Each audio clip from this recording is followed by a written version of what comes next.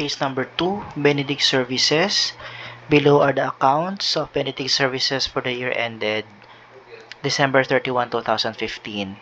Like Agata Trading, we are going to prepare a statement of financial position for Benedict Services.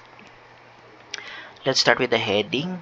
The name of the business is Benedict Services, and this is statement of financial position as of December 31, 2015. This is the heading of our statement. The first section is the asset section and current. Let's start with current asset. What are the current asset in this entity? Of course, we will start with cash.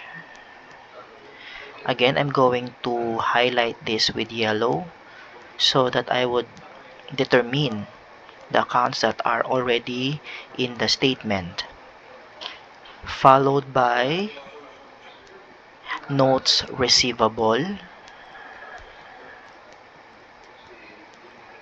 What else? Accounts receivables. What other current assets? Inventories.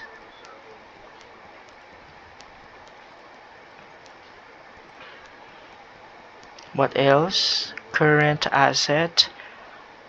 The last is this the last?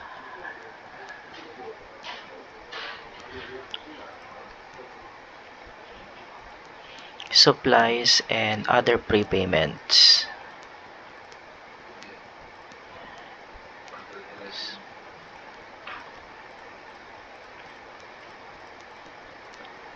There are the current assets already. Now we can solve for the total current asset.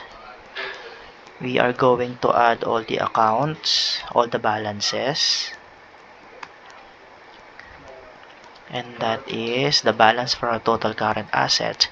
Next is the non-current asset, and the only account for the non-current asset is the property and equipment.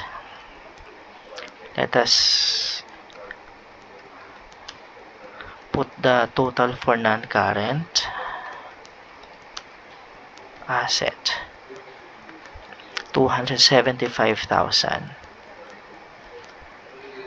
and then determine the total assets by taking the sum of the total current and the total non-current asset. This is the balance for your total assets. Now let's go to liability section.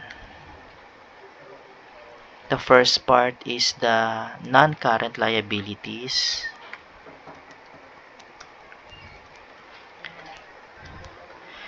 What are the accounts for the non-current liabilities? Of course, we have the accounts payable, and then the notes payable. Do we have other non-current liabilities here?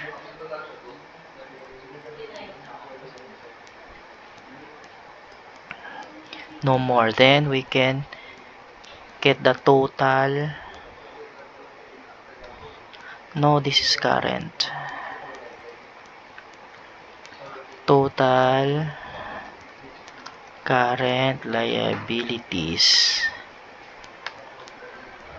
We are going to add the accounts payable and the notes payable. This is our current liabilities. Next is the non-current liabilities, and the only account here is the long-term debt. Here. This is our the total non-current liabilities is 150,000 from long-term debt. Then we can compute for the total liabilities by adding the total current liabilities and the total non-current liabilities. Now let's go to equity section. For the equity section, the account here is the capital 920,000. Now let us compute the total equity and liabilities by adding the total liabilities and the capital. Our total equity and liabilities should be equal to the total asset. Therefore, our statement is correct. We can answer the following questions here. What is the total current asset? The total current asset is 985,000. Total non-current is 275,000. Total current liabilities 100,000. Total non-current liability 150. The total asset is 1,170,000.